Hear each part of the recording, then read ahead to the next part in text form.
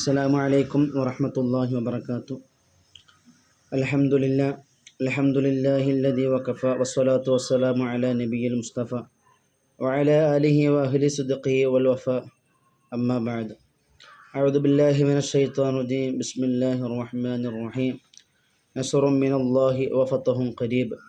صدق الله. ഏറ്റവും സ്നേഹബഹുമാന ആദരവ് നിറഞ്ഞ അടക്കുള്ള മഹല്ല കൂട്ടായ്മയിലെ പണ്ഡിതന്മാർ, കാരണവന്മാർ, ചെറുപ്പക്കാർ, മഹല നിവാസികൾ, അള്ളാഹു സുബ്ഹാനഹു വ തആല പരിശുദ്ധമാക്കപ്പെട്ട ഇൽമിൻ്റെ ബറക്കത്ത് കൊണ്ട് നമ്മുടെ ദോഷങ്ങളൊക്കെ പുറത്തു വരുമാറാവട്ടെ. എല്ലാ സൽക്രമങ്ങളും അള്ളാഹു തആല സ്വീകരിക്കുമാറാവട്ടെ. നാം നമസ്കരിക്കുന്ന ഫറളാക്കപ്പെട്ട ജമാഅത്ത് നമസ്കാരം അള്ളാഹു തആല നിന്ന് കബൂൽ ചെയ്യുമാറാവട്ടെ. ആമീൻ യാ റബ്ബൽ ആലമീൻ. പരിശുദ്ധമാക്കപ്പെട്ട മുഹറം മാസത്തിലൂടെയാണ് നാം കടന്നുപോയിക്കൊണ്ടിരിക്കുന്നത്. ഈ പുണ്യമാക്കപ്പെട്ട മാസത്തിൽ നാം അനുഷ്ഠിച്ചതായ നോമ്പുകൾ, സൽക്രമങ്ങൾ എല്ലാം നമ്മൾ കബൂൽ ചെയ്യുമാറാവട്ടെ. ആമീൻ യാ റബ്ബൽ ആലമീൻ. മഹാനായ അബ്ദുല്ലാഹിബ്നു ഉമറുൽ ഗഫാരി റളിയല്ലാഹു തആല അൻഹുവിൻ്റെ ജമാഅത്തുമായി ബന്ധപ്പെട്ട ഒരു സംഭവമാണ് ഇന്ന് നാം പറയപ്പെടുന്നത്. നമ്മളൊക്കെ ജമാഅത്തിൻ്റെ കാര്യത്തിൽ വലിയ ശ്രദ്ധ പുലർത്തുന്നവരാണ്, അതിലൊക്കെ നാം പങ്കെടുക്കുന്നവരാണ്. ഒരിക്കൽ മഹാനായ അബ്ദുല്ലാഹിബ്നു ഉമർ റളിയല്ലാഹു തആല അൻഹു, അദ്ദേഹം ബഗ്ദാദിലെ ഗവാരിർ എന്നുള്ള സ്ഥലത്താണ് ജനനം. അദ്ദേഹം നിസ്കാരം ജമാഅത്തായി നിസ്കരിക്കുന്ന കാര്യത്തിൽ വലിയ ശ്രദ്ധ പുലർത്തിയിരുന്ന ഒരു വലിയ മഹാനാണ്. ജമാഅത്തായിട്ട് സാധിക്കുന്ന സമയത്തൊക്കെ ജമാഅത്തായിക്കൊണ്ട് നിസ്കരിക്കുന്ന മഹാനാണ്. മഹാനായ അബ്ദുല്ലാഹി റളിയല്ലാഹു തആല അൻഹു ജമാഅത്തിൻ്റെ വിഷയത്തിൽ വളരെ കൃത്യത പുലർത്തുന്ന ഒരു മഹാനായിരുന്നു. ബഗ്ദാദിലെ ഗവാരിർ എന്ന സ്ഥലത്താണ് മഹാൻ അവർ ജനിക്കുന്നത്. അങ്ങനെ ഒരിക്കൽ മഹാനവറുകളുടെ വീട്ടിൽ രാത്രിയിൽ വിരുന്നുകാർ വന്നു. അങ്ങനെ വിരുന്നുകാർ സൽക്കരിക്കൽ ഗ്രഹനാഥൻ്റെ ഉത്തരവാദിത്തമാണല്ലോ എന്ന് വിചാരിച്ചുകൊണ്ട് അവരെ വേണ്ട നിലക്കുള്ള സൽക്കരണങ്ങളൊക്കെ കൊടുത്തു. അവർ വീട്ടിൽ നിന്ന് പോയതിനു ശേഷം അതിവേഗതയിൽ പള്ളിയിലേക്ക് ഇശാ നമസ്കാരത്തിന് വേണ്ടി പോയപ്പോൾ ജമാഅത്ത് നമസ്കാരം കഴിഞ്ഞു. ആളുകളൊക്കെ പള്ളിയൊക്കെ അടച്ച് വീട്ടിലേക്ക് പോയി. അത് കണ്ടപ്പോൾ മഹാനായ അബ്ദുല്ലാഹി റളിയല്ലാഹു അൻഹു വലിയ വിഷമം തോന്നി.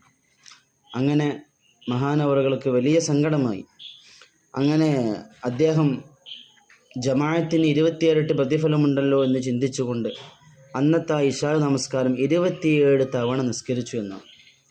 ഇത് നമുക്ക് വലിയ പാഠമുണ്ട്. നമ്മളൊക്കെ ഒരു ജമാഅത്ത് നഷ്ടപ്പെടുത്താൻ കഴിഞ്ഞാൽ ഫർദന്നെ ഖളാ ആയി കഴിഞ്ഞാലൊക്കെ നമുക്ക് എന്തില്ല, യാതൊരു നിലക്കുമുള്ള ഒരു പേടിയോ അതല്ലെങ്കിൽ ഇത്രത്തോളം പ്രതിഫലമാണല്ലോ നഷ്ടപ്പെട്ടത് എന്നുള്ള യാതൊരു വിധ ചിന്ത നമുക്കില്ല എന്നുള്ളതാണ്.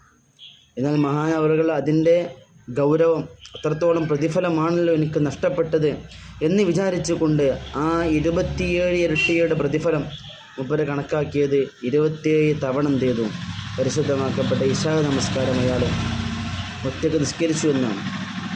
അങ്ങനെ മനസ്സിന് റാഹത്തായി അദ്ദേഹം അന്ന് രാത്രിയിൽ കിടന്നുറങ്ങിയ സമയത്ത് അദ്ദേഹം ഒരു സ്വപ്നം കാണാൻ ഇടയായി. ഈ സ്വപ്നമാണ് നമ്മുടെ ജീവിതത്തിൽ നാം ഒരു വെളിച്ചമാവേണ്ടത്. എന്താണ് സ്വപ്നം? അദ്ദേഹം ഒരു സംഘത്തോടൊപ്പം ഇങ്ങനെ കുതിരപ്പുറത്ത് യാത്ര ചെയ്യാം. എന്നാൽ ഈ സംഘം വളരെയേറെ വിദൂരത്തെത്തിയിട്ടുണ്ട്. മഹാനായ അബ്ദുല്ലാഹി റളിയല്ലാഹു തആല അൻഹു അവരോടൊപ്പം എത്താൻ വേണ്ടിക്കൊണ്ട് തൻ്റെ കുതിരയെ അതിവേഗതയിൽ തന്നെ എന്താവുന്നുണ്ട്, ഓടിപ്പിക്കുന്നുണ്ട്. എന്നാൽ ആ സംഘത്തിനോടൊപ്പം എത്താൻ മഹാനായ അബ്ദുല്ലാഹി റളിയല്ലാഹു അൻഹു സാധിക്കുന്നില്ല. അങ്ങനെ സംഘത്തിൽപ്പെട്ട ഒരാൾ പറയുന്നു, നിങ്ങൾ എങ്ങനെ പരിശ്രമിച്ചാലും ഞങ്ങളോടൊപ്പം എത്താൻ നിങ്ങൾക്ക് സാധിക്കൂല എന്നെന്ത് ചെയ്തു, ആ സംഘത്തിൽ നിന്ന് ഒരാൾ വിളിച്ചു പറഞ്ഞു.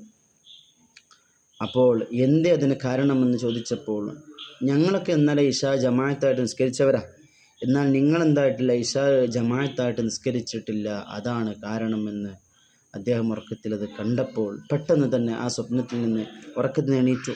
അല്ലാതെ സങ്കടപ്പെട്ടുകൊണ്ട് ഒരുപാട് കരഞ്ഞു. മാത്രമല്ല നേരം പുലരുവോളം അദ്ദേഹം എന്ത് ചെയ്തു, നിസ്കാരത്തിലായിക്കൊണ്ട് സമയം ചെലവഴിച്ചു എന്ന് മഹാന്മാർ രേഖപ്പെടുത്തുന്നു.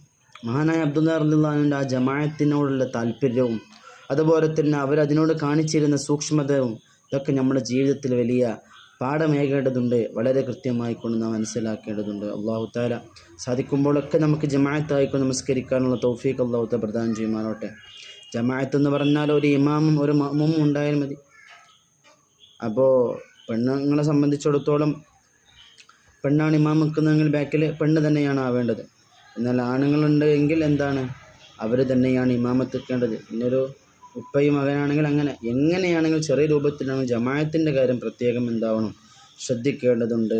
അള്ളാഹു തആല ജമാഅത്തിൻ്റെ കാര്യം കൃത്യമായി കൊണ്ട് നിർവഹിക്കാൻ അതിന് സാധിക്കുന്ന രൂപത്തിലൊക്കെ പങ്കെടുക്കാൻ അള്ളാഹു തആല നമുക്ക് തൗഫീഖ് പ്രദാനം ചെയ്യുമാറാവട്ടെ. മഹാനായ അബ്ദുല്ലാ റളിയല്ലാഹു അൻഹുവിൻ്റെ ആ ഒരു ജീവിതം നമുക്ക് മരണം വരെയും വലിയ പാഠമാവട്ടെ എന്ന് മാത്രം പറഞ്ഞുകൊണ്ട് നിർത്തുന്നു. ആഖിറു ദഅവാന അൽഹംദുലില്ലാഹി റബ്ബിൽ ആലമീൻ. അസ്സലാമു അലൈക്കും വറഹ്മത്തുള്ളാഹി വബറകാതുഹു.